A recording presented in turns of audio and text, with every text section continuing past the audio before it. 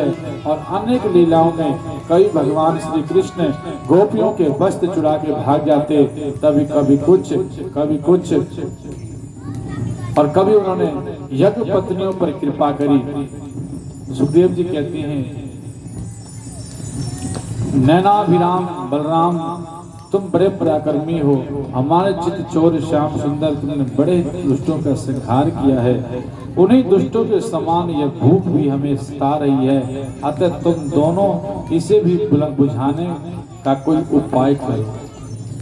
सुखदेव जी कहा, परीक्षित, जब ग्वाल वालों ने देवकी नंदन भगवान श्री कृष्ण से इस प्रकार प्रार्थना की, तब उन्होंने मथुरा की अपनी भक्त ब्रह्म पत्नियों पर अनुग्रह करने के लिए यह बात कही, मेरे प्यारे मित्रों, यहाँ से थोड़े ही दूर पर वेदवादी ब्राह्मण स्वर्ग की कामना से अंग्रेस नाम का यज्ञ कर रहे हैं, तुम उनकी यज्ञशाला में जाओ।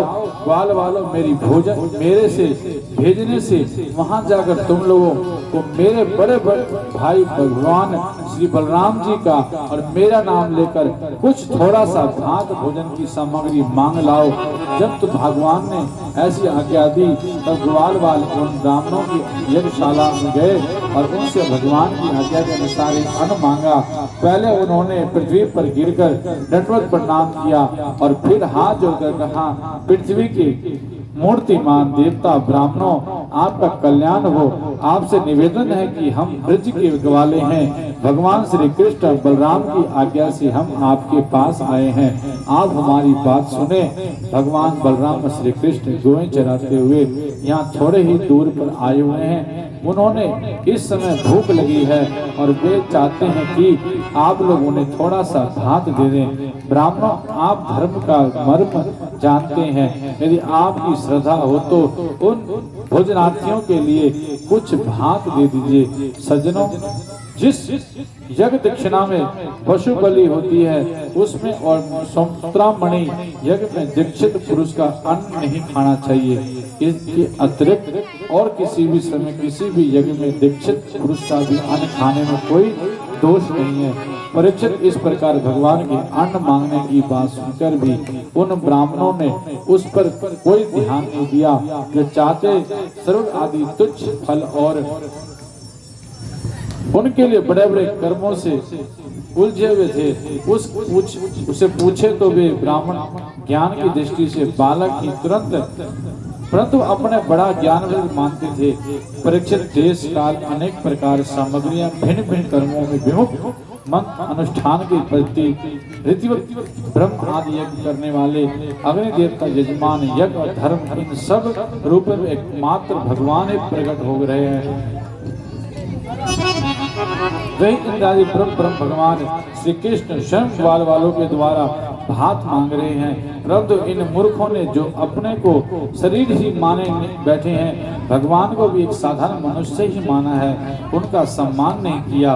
पर जब ब्राह्मणों ने हाँ या ना कुछ भी नहीं कहा, तब ग्वाल वालों की आशा टूट गई। वे लौट गए वहाँ। ये सब बात उन्होंने श्री कृष्ण बलराम से कह दी। उन्होंने बात सुनकर सारे जगत के स्वामी भगवान श्री कृष्ण हंसने लगे। उन्होंने ग्वाल वालों के सामने समझाया कि संसार में असफलता तो बार बार होती है, उससे निराश नहीं होना चाहिए, बार बार प्रयत्न करते रहने से सफलता मिल ही जाती है। फिर उनसे कहा, मेरे प्यारे ग्वालों, इस बार तुम लोग उनकी पत्नियों के पास जाओ और उनसे कहो कि राम और श्याम यहाँ आए हैं, तुम जितना चाहोगे उतना भोजन वहां तुम्हें देगी। वे मुझसे बड़ा प्रेम करती हैं, उनका मन सदा सर्वदा मुझ में लगा रहता है। अब की बार ग्वाल वाल पत्नीशाला में गए। वहां जाकर देखा तो ब्राह्मणों की पत्नियां सुंदर सुंदर वस्त्र और गहनों से सज धज कर बैठी हैं। उन्होंने द्विजपालियों को प्रणाम करके बड़ी नम्रता से यह बात कही, आप विप्र पत्नियों को हम नमस्कार करते हैं, आप कृपा करके हमारी बात सुने। भगवान श्री कृष्ण यहाँ से थोड़े ही दूर पर आए और उन्होंने ही हमें आपके पास भेजा है। वे ग्वालवाल बलराम जी के साथ गोएं चराते हुए इधर उधर दूर आ गए हैं। इस समय उन्हें और उनके साथियों को भूख लगी है, आप उनके लिए कुछ भोजन दे दें। परीक्षित जी, ब्राह्मण पत्नियां बहुत दिनों से भगवान की मनोहर लीलाएं सुनती थी, उनका मन उनमें लग चुका था। वे सदा सर्वदा इस बात के लिए उत्सुक रहते कि किसी प्रकार श्री कृष्ण के दर्शन हो जाए।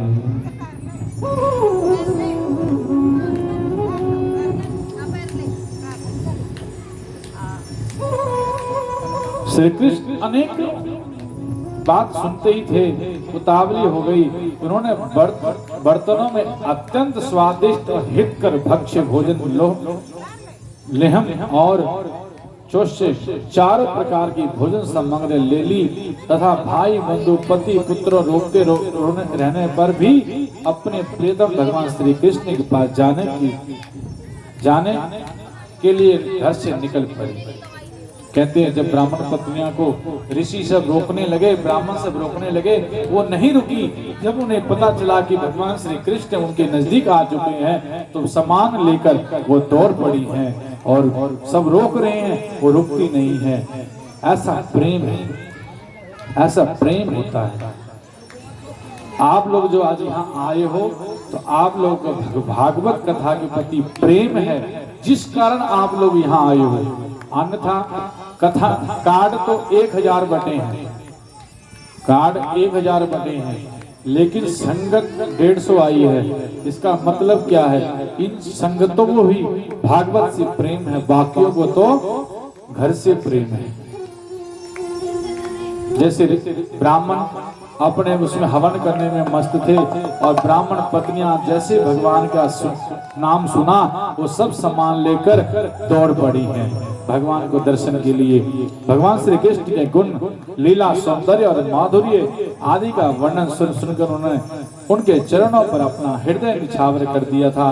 ब्राह्मण पत्नियों ने जाकर देखा कि यमुना के तट पर नए नए कोपलों से शोभायमान अशोक वन में ग्वाल वालों से घिरे हुए बलराम जी के साथ श्री कृष्ण इधर उधर घूम रहे हैं। उनके सामने शरीर पर सुनहला पीतांबर झिलमिला रहा है, गले में बनमाला लटक रही है, मस्तक पर मोर पंखा मुकुट है, अंग अंग में रंगीन धातुओं चित्रकारी कर रही है।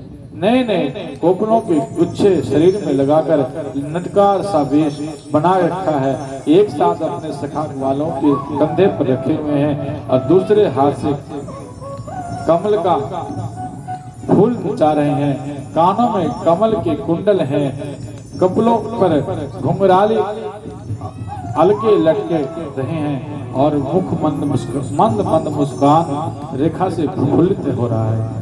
परीक्षित अब तक अपने प्रियतम श्याम सुंदर के गुण और लीलाएं अपने कानों से सुन सुनकर उन्होंने अपने मन को उन्हीं के प्रेम के रंगों में रंग डाला था, उसी में सरोवर कर दिया था। अब नेत्रों के मानस में भीतर ले जाकर बहुत देर तक वे मन ही मन उनका आलिंगन करती रही और इस प्रकार उन्होंने अपने हृदय की जलन शांत की। ठीक वैसे ही जैसे जागृत और स्वप्न अवस्थाओं की वृत्तियां यह मैं यह मेरा इस भाव से जलाती रहती है, परंतु सुषुप्त अवस्था में उसका अभिमानी प्राज्ञ को पाकर उसमें लीन हो जाती है और उनकी सारी जलन मिट जाती है। सुखदेव जी कहते हैं, प्रिय परीक्षित, भगवान सबके हृदय की बात जानते हैं, सबकी बुद्धियों के साक्षी हैं। उन्होंने जब देखा कि ब्राह्मण पत्नियां अपने भाई बंधु और पति पुत्रों को रोकने पर भी सबके सगे संबंधियों की और विषयों की आशा छोड़कर केवल मेरे दर्शन की लालसा से ही मेरे पास आई है, तब उन्होंने उनसे कहा। उस समय उनके मुखारविंद पर हास्य की तरंगे अटखेलियां कर रही थी। भगवान ने कहा, महाभाग्यवती देवियों, तुम्हारा स्वागत है, आओ बैठो, कहो हम तुम्हारा क्या स्वागत करें। तुम लोग हमारे दर्शन की इच्छा से यहाँ आई हो, यह तुम्हारे जैसा प्रेम पूर्वक हृदय वालों के योग्य ही है। इसमें संदेह नहीं कि संसार में अपनी अच्छी भलाई समझाने वाले जितने भी बुद्धिमान पुरुष हैं और ऐसा प्रेम करते हैं जिसमें किसी प्रकार की कामना नहीं रहती। ब्राह्मण पत्नियों ने कहा, अंतर्यामी श्याम सुंदर, आपकी यह बात निष्ठुरता से पूर्ण है। आपको ऐसी बात नहीं कहनी चाहिए। श्रुतियां कहती हैं कि जो एक बार भगवान को प्राप्त हो जाती है उसे फिर संसार में नहीं लौटना पड़ता।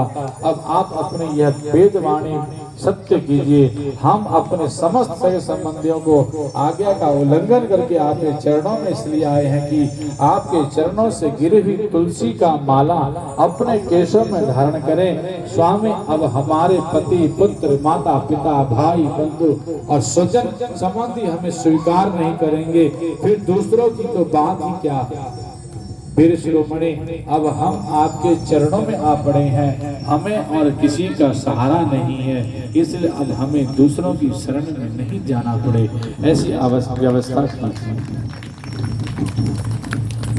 भगवान कृष्ण का। देवियों, तुम्हारे पति, पुत्र, माता पिता, भाई, बंधु कोई भी तुम्हारा तिरस्कार नहीं करेंगे, उनकी तो बात ही क्या, सारा संसार तुम्हारा सम्मान करेंगे। इसका कारण है अब तुम मेरी हो गई हो, मुझसे युक्त हो गई हो। देखो ना, ये देवता मेरी बात का अनुमोदन करते रहते हैं।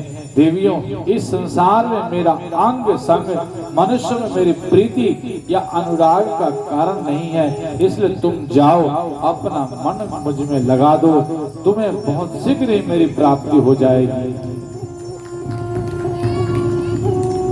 सुखदेव जी कहते, परीक्षित, जब भगवान ने इस प्रकार कहा तो ब्राह्मण पत्नियां यज्ञशाला में लौट गईं।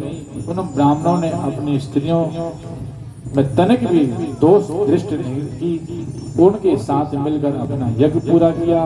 उन स्त्रियों में से एक को अनेक के समय ही उसके पति ने बलपूर्वक रोक दिया था। इससे इस वक्त ब्राह्मण पत्नी ने भगवान के वैसे ही स्वरूप का ध्यान किया जैसा कि बहुत दिनों से सुन रखा था।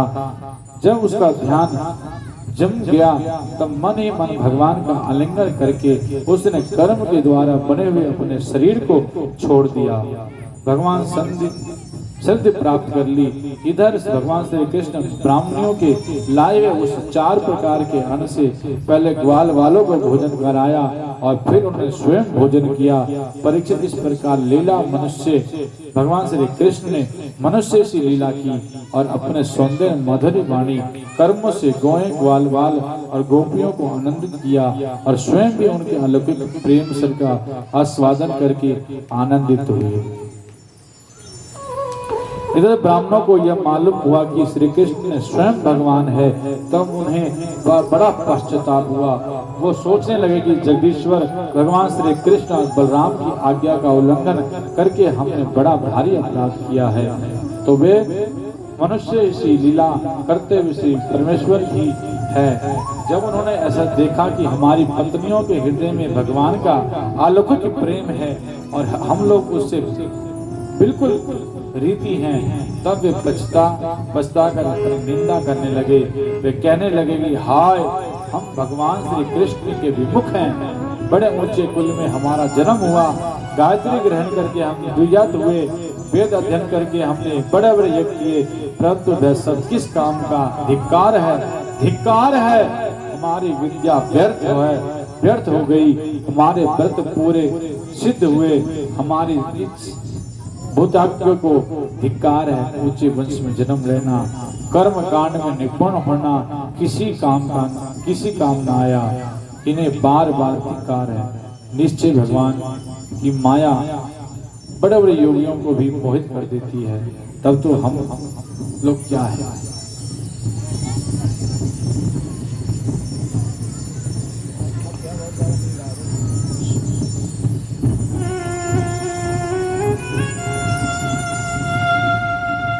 सुखदेव जी ने कहा, परीक्षित, भगवान श्री कृष्ण बलराम जी के साथ वृंदावन में रहकर अनेकों प्रकार की लीलाएं कर रहे थे। उन्होंने एक दिन देखा कि वहां के सब गोपियां इंद्र यज्ञ करने की तैयारी कर रहे हैं।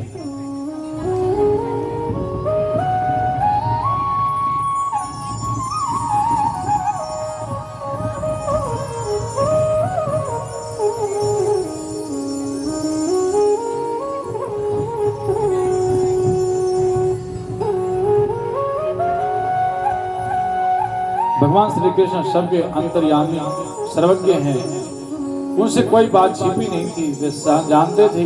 फिर भी विनम्र होकर उन्होंने नंद बाबा आदि बड़े बड़े गोपियों से पूछा, पिताजी पिताजी, आप लोगों के सामने यह कौन सा बड़ा भारी काम, कौन सा उत्सव आ पहुंचा है, इसका फल क्या है? किस उद्देश्य से कौन लोग किन साधनों के द्वारा यह यज्ञ किया करते हैं? पिताजी, आप मुझे अवश्य बतलाइए। आप मेरे पिता हैं और मैं आपका पुत्र हूँ। ये बातें सुनने के लिए मुझे बड़ी उत्कंठ हो रही है। पिताजी, जो संत पुरुष सबको अपनी आत्मा मानते हैं, जिनकी दृष्टि में अपने और पराये का भेद नहीं है, जिनका ना कोई मित्र है, ना शत्रु, ना उदासीन, उनके पास छिपाने की तो कोई बात ही होती नहीं है। परंतु यदि ऐसी स्थिति ना हो तो रहस्य की बात शत्रु की भांति उदासीन से भी नहीं कहनी चाहिए। मित्र तो अपने समान ही कहा गया है, इसलिए उससे कोई बात छिपाई नहीं जाती। यह संसारी मनुष्य समझे बेसमझे अनेकों प्रकार के कर्मों का अनुष्ठान करता है। उनमें से समझ बूझकर करने वाले पुरुषों के कर्म जैसे सफल होते हैं। नंद बाबा ने कहा, बेटा, भगवान इंद्र वर्षा करने वाले मेघों के स्वामी हैं। ये मेघ उन्हीं के अपने रूप हैं, जो समस्त प्राणियों को तृप्त करने वाला, जीवन दान करने वाला जल बरसाते हैं। मेरे प्यारे पुत्र, हम और दूसरे लोग भी उन्हीं मेघपति भगवान इंद्र की यज्ञों के द्वारा पूजा किया करते हैं। जिन सामग्रियों से यज्ञ होता है वे भी उनके बरसाए हुए शक्तिशाली जल से ही उत्पन्न होती है। उनका यज्ञ करने के बाद जो कुछ बच रहता है, उसी अन्न से हम सब मनुष्य अर्थ, धर्म और काम रूप त्रिविध की सिद्धि के लिए अपना जीवन निर्वाह करते हैं। मनुष्य की खेती आदि प्रक्रियाओं के फल देने वाले इंद्र ही यह धर्म हमारे कुल परंपरा चला आया है। जो मनुष्य काम, लोभ है अथवा द्वेष भाव से ऐसे परंपरागत धर्म को छोड़ देता है, उसका कभी मंगल नहीं होता। सुखदेव जी कहते हैं, परीक्षित, ब्रह्मा शंकर आदि भी शासन करने वाले केशव भगवान नंद बाबा और दूसरे ब्रजवासियों की बात सुनकर इंद्र को क्रोध दिलाने के लिए अपने पिता नंद बाबा से कहा। भगवान ने कहा, पिताजी, प्राणी अपने कर्म के अनुसार ही पैदा होता है और कर्म से ही मर जाता है। उसे उसके कर्म के अनुसार ही सुख, दुख, भय और मंगल के निर्मतियों की प्राप्ति होती है। यदि कर्मों को ही सब कुछ ना मानकर उनसे भिन्न जीवों की कर्म का फल देने वाला ईश्वर माना भी जाए, तो वे कर्म करने वालों ही उनके कर्म के अनुसार फल दे सकता है। कर्म न करने वालों पर उसकी प्रभुता नहीं चल सकती।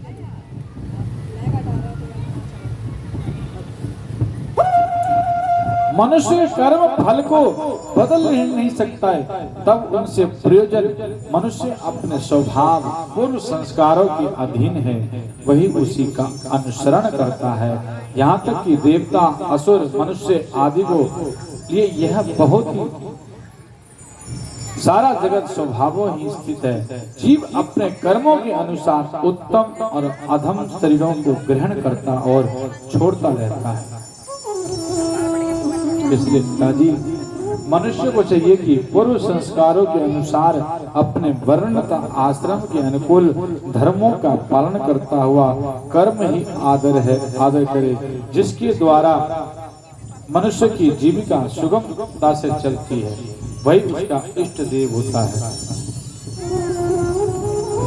वैश्यों की वार्तावृत्ति 4 प्रकार की है: कृषि, वाणिज्य, गोरक्षा और ब्याज लेना। हम लोग उन चारों में से एक केवल गोपालन ही सदा से करते आए हैं। पिताजी, संसार की स्थिति, उत्पत्ति और अनंत के कारण क्रम से सत्वगुण, रजोगुण और तमोगुण है। यह विविध प्रकार का संपूर्ण जगत स्त्री पुरुष के संयोग से रजोगुण के द्वारा उत्पन्न हुआ है। पिताजी, ना तो हमारे पास किसी देश का राज्य है, ना तो बड़े बड़े नगर ही हमारे पास अधीन है, हमारे पास गांव या घर भी नहीं है। हम तो सदा के वनवासी हैं, वन और पहाड़ ही हमारे घर है। इसलिए हम लोग गौ, ब्राह्मणों और गिरिराज का यजन करने की तैयारी करें। इंद्र यज्ञ के लिए जो सामग्रियां इकट्ठा की गई है, उन्हीं से इस यज्ञ का अनुष्ठान होने दें। अनेकों प्रकार के पकवान, खीर, हलवा, पुआ, पूरी आदि लेकर मूंग की दाल तक बनाए जाएं।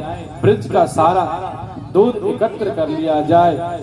वेदवाद ब्राह्मणों के द्वारा भली भांति हवन करवाया जाए तथा उन्हें अनेकों प्रकार के अन्न, गौएं और दक्षिणाएं दी जाए और भी चंडाल पतित कुत्तों की यथा योग्य वस्तुएं देकर गायों को चरा दिया जाए और फिर गिरिराज जी को भोग लगाया जाए। इसके बाद खूब प्रसाद खा पी कर सुंदर सुंदर वस्त्र पहनकर गहनों से सज धज कर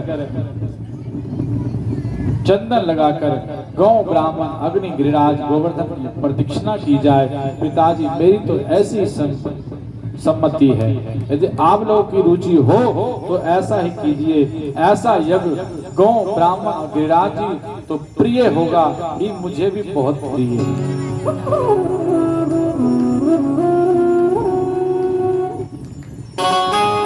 सुखदेव जी कहते हैं, परीक्षित, कालात्मा भगवान की इच्छा थी कि इंद्र का घमंड चूर चूर कर दें। नंद बाबा आदि गोपों ने उनकी बात सुनकर बड़ी प्रसन्नता से स्वीकार कर ली। भगवान श्री कृष्ण जिस प्रकार यज्ञ करने को कहा था, वैसा यज्ञ उन्होंने प्रारंभ किया। पहले ब्राह्मणों से स्वस्ति वाचन कराकर उसी सामग्री गिरिराज और ब्राह्मणों को सादर भेंट कर दी तथा गौओं को हरी हरी घास खिलाई। इसके बाद नंद बाबा आदि गोपों ने गौओं आगे करके गिरिराज जी की प्रदक्षिणा की। ब्राह्मणों का आशीर्वाद प्राप्त करके वे और गोपियों भली भांति श्रृंगार करके और बैलों से जुती गाड़ियों सवार होकर भगवान श्री कृष्ण की लीलाओं का गान करते हुए गिरिराज की परिक्रमा करने लगी। भगवान श्री कृष्ण गोपों को विश्वास दिलाने के लिए गिरिराज के ऊपर एक दूसरा विशाल शरीर धारण करके प्रकट हो गए। तब मैं गिरिराज हूँ, इस प्रकार कहते हुए सारी सामग्रियां रोकने और आरोगने लगे। भगवान श्री कृष्ण अपने उस स्वरूप को दूसरे ब्रजवासियों के साथ स्वयं भी प्रणाम किया और कहने लगे, देखो कैसा आश्चर्य है, गिरिराज ने साक्षात प्रकट होकर हम पर कृपा की है। और मैं तो गोवर्धन को जाऊं मेरे वीर नाय माने मेरो मनुआ। मैं तो गोवर्धन को जाऊं मेरे वीर नाय माने मेरो मनुआ।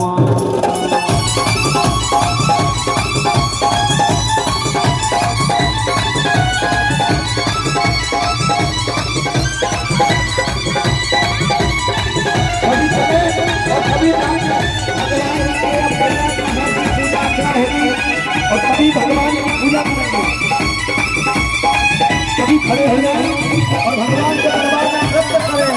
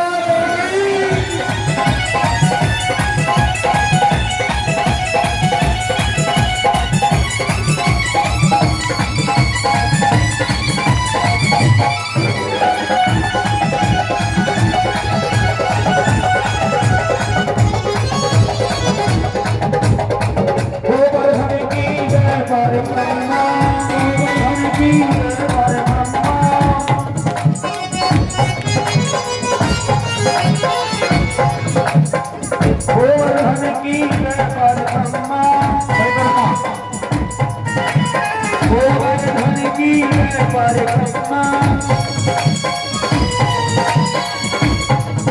मैं तो जीवन सफल बनाऊं मेरे वीर नाय माने मेरो गोबर धन को